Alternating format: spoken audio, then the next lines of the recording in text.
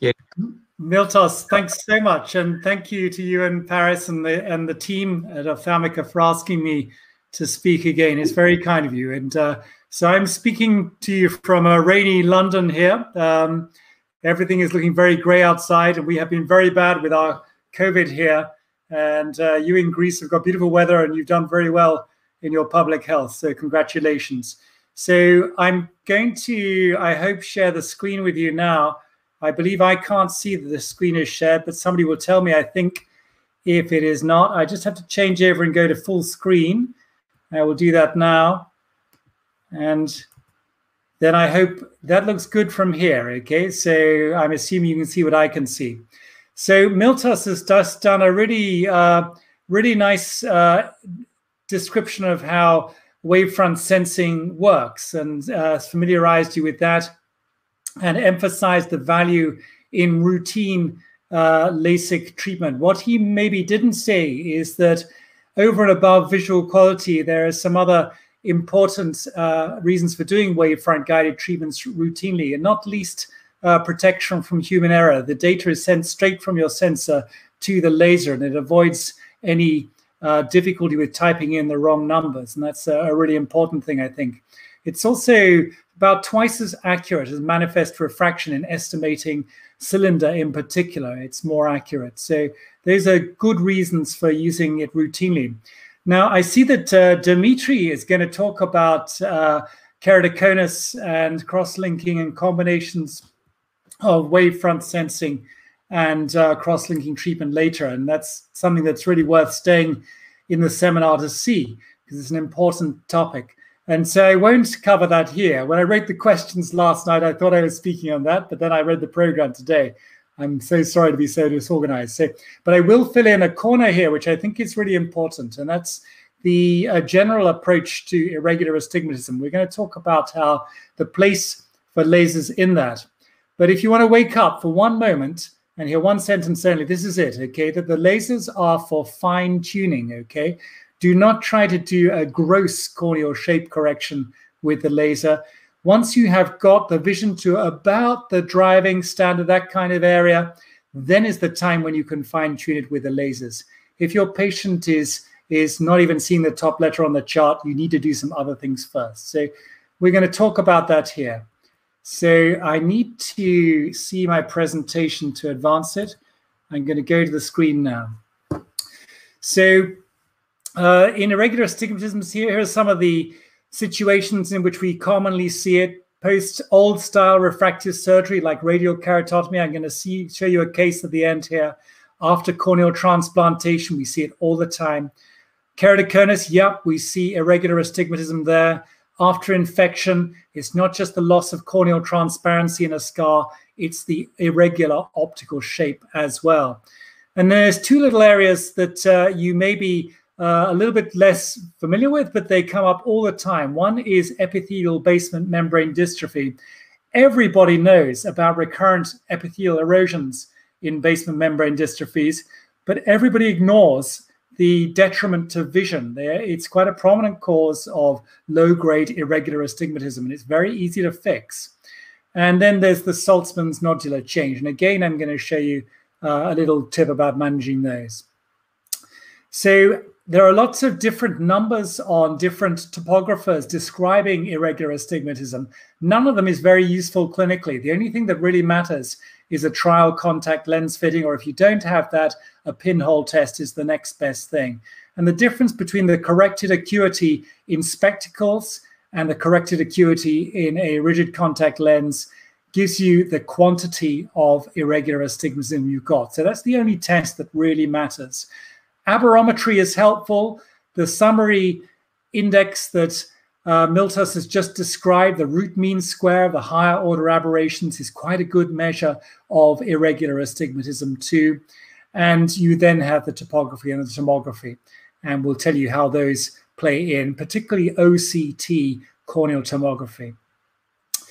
I like to approach irregular astigmatism in 3 stages. And this is how I would strongly recommend you look at it. First of all, there's the gross shape correction. If your vision is not even seeing the top letter in the chart, if you have a cornea like, let's say, this one here. There's no point in trying to do laser treatment on that cornea. You need to do something like a transplant, like ring implants, like wedge resections, these kind of things. So you've got a badly misshapen graft. You have to start by getting the corneal shape grossly correct. And then you've got the space for the lasers, which is stage 2, which is the fine tuning. Supposing your vision's about at the driving standard, but you've got some spectacle quality issues, visual quality issues in spectacles, you're not quite making 6/6.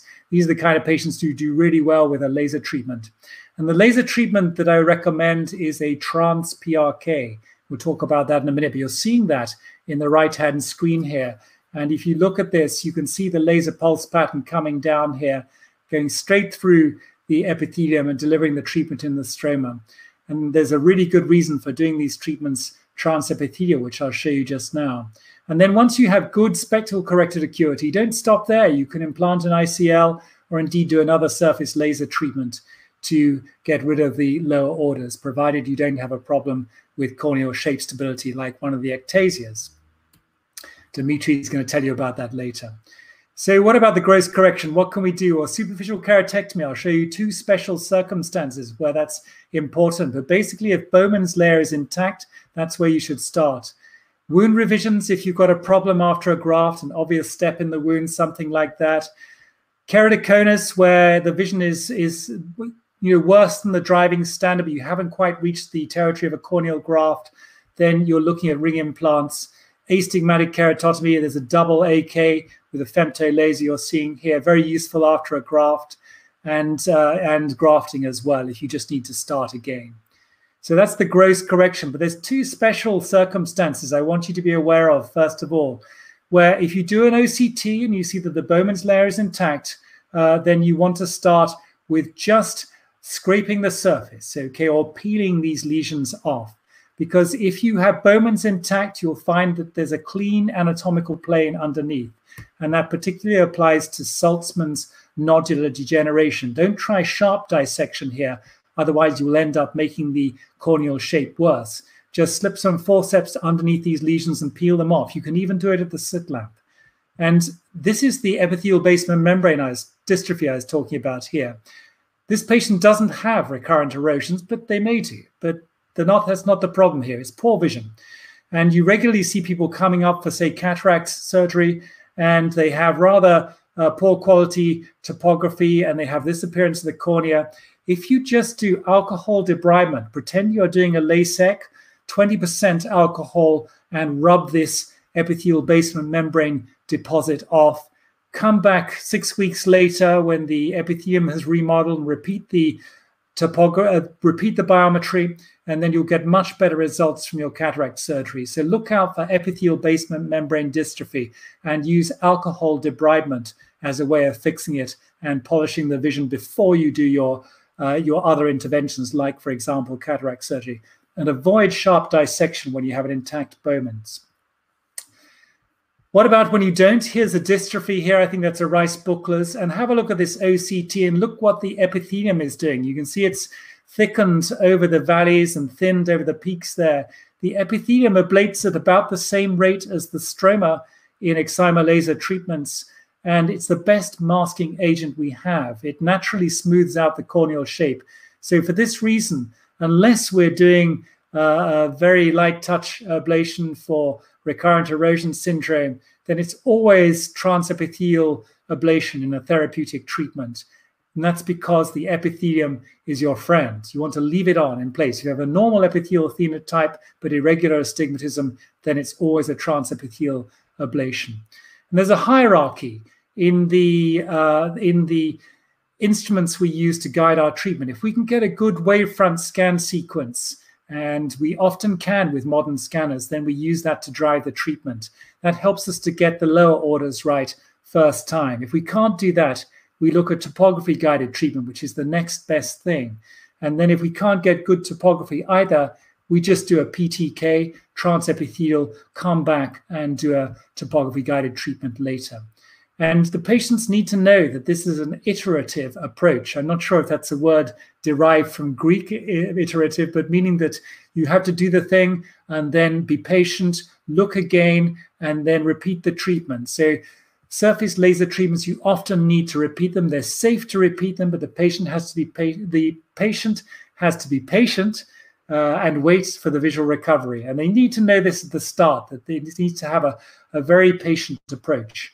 And if you describe this to the patient right from the beginning, then they are not disappointed when you come back and do a retreatment later.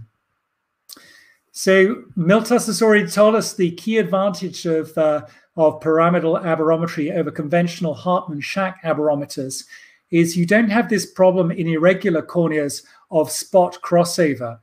The corneas you really want to treat, the ones with irregular astigmatism, they sometimes have a pattern that's so irregular that the light ray emitted from the pupil is directed at the neighboring sensor here, as opposed to being within the locus of the primary sensor. And you get a phenomenon called spot crossover, which basically scrambles the scan and means that you can't, with Hartmann-Shack sensing, get very good information from irregular corneas. And those, of course, are the ones you most want to treat. And the pyramidal sensors don't have the problem of spot crossover, and therefore they've got a wider dynamic range. So they're good both for routine myopic LASIK and also for the therapeutic treatments. And that's why we're really pleased that Schwind has brought, in partnership with CSO in Italy, the pyramidal aberrometers into routine practice. It's really helpful.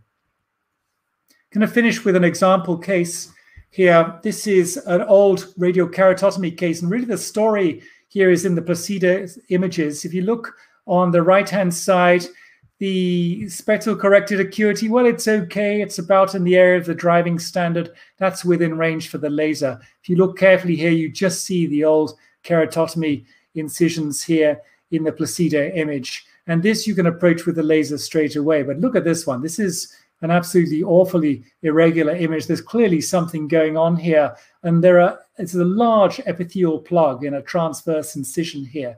So you don't want to go to that with a laser. You want to start by revising that with conventional surgery by removing the epithelial plug. So let's look at that now.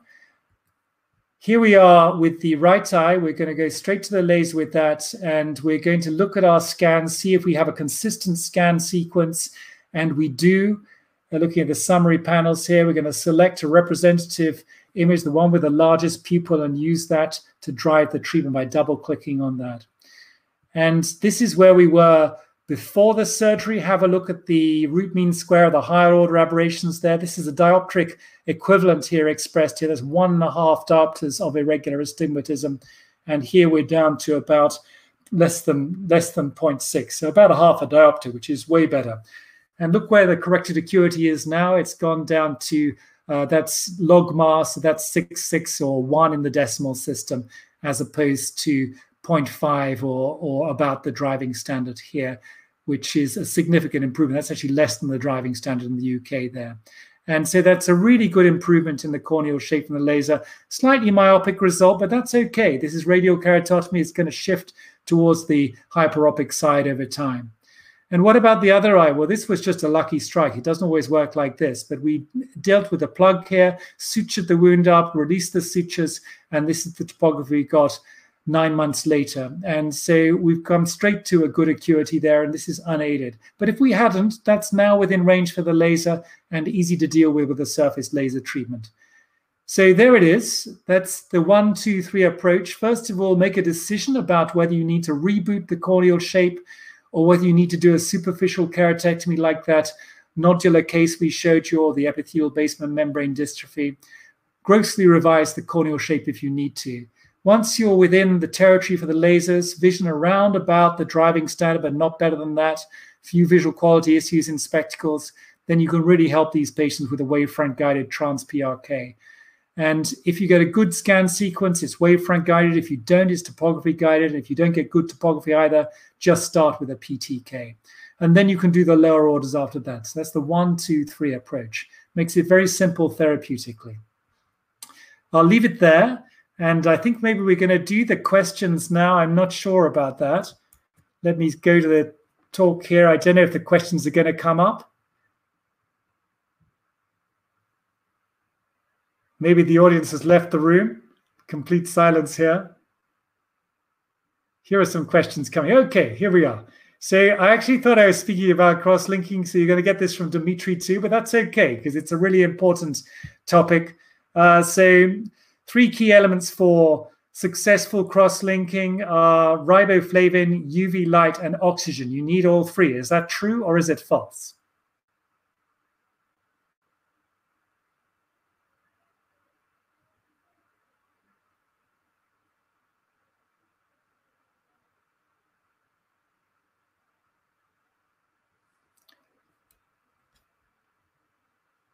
So I'm waiting for the votes to come in here and the answers to appear. Right. Everybody got it right, and that's great. Well done. Next question.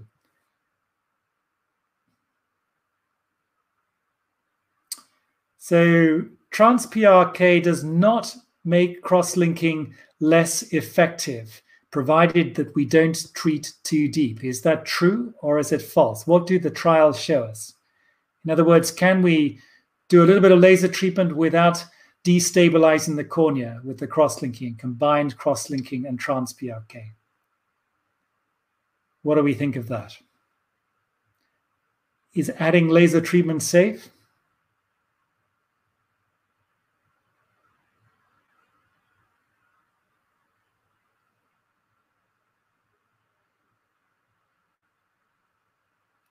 Again, you're right. There's a few conservative people in the audience here who want to stick with just cross-linking alone. But the trials we've seen in trans-PRK, both our own in Moorfields, the trials in Greece, and the work in Vancouver, it all points in one direction. That's we're not seeing any difference in the progression rate between standard cross-linking and trans-PRK combined with cross-linking. So it appears to be very safe. We'll do the next question. So wavefront-guided trans-PRK for irregular astigmatism, the manifest refraction is inaccurate in irregular astigmatism. Is that true? Does the manifest refraction help you, or does it tend to be not very helpful? Is manifest refraction inaccurate in irregular astigmatism?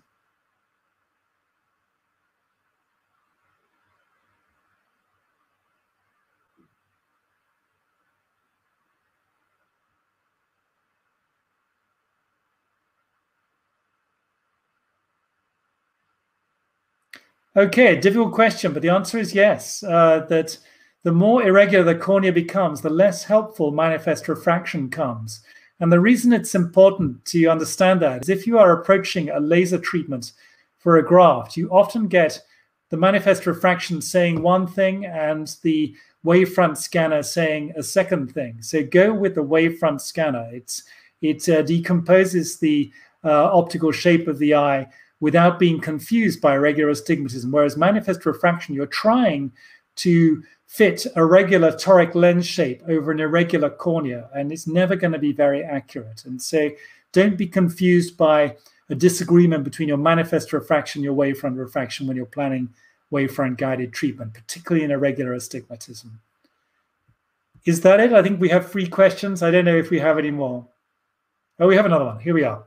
So, which is the dominant aberration in keratoconus? What do we see on our wavefront scans with a big number next to it when we are planning wavefront-guided treatment in keratoconus? Is it trefoil?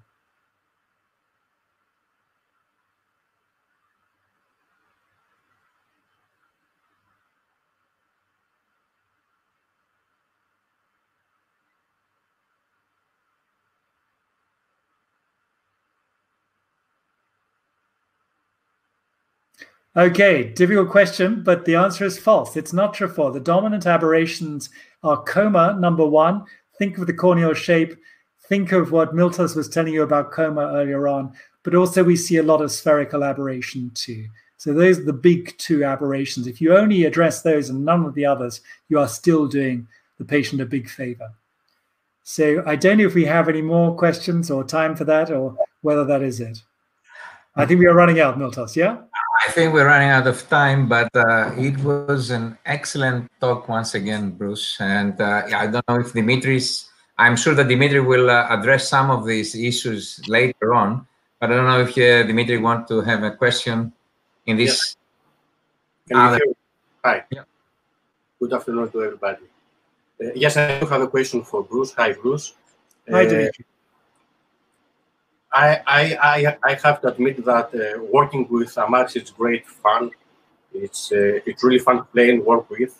And I would like to ask you, when doing fine-tuning in a keratoconic patient with a excimer, would you go for a depth-sparing ablation or for a volume-sparing ablation? So I didn't hear the question, Dimitri. Could you repeat the last bit of the question there? When you do fine-tuning in a keratoconic patient with the Amaris, would you go for a depth-sparing ablation or for a volume-sparing ablation? Yeah, so that's a really, really, really good question.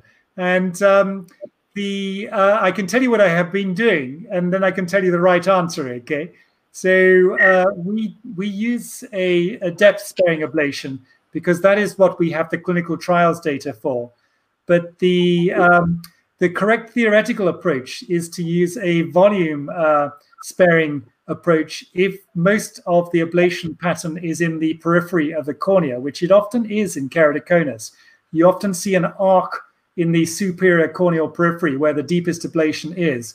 And if that is the case, it's actually better to do a volume sparing ablation.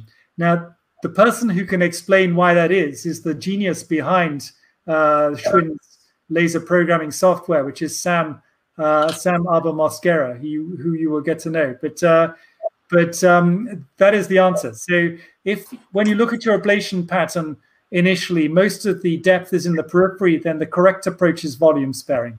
But we have been doing depth sparing, and the differences are small. I should say that. You are talking at the really expert level there, Dimitri. Well, it is, the depth sparing was the gold standard before that, basically because we have this 50 micron rule and we didn't want to overcome that. So we were trying to do as much as possible with this kind of depth limit.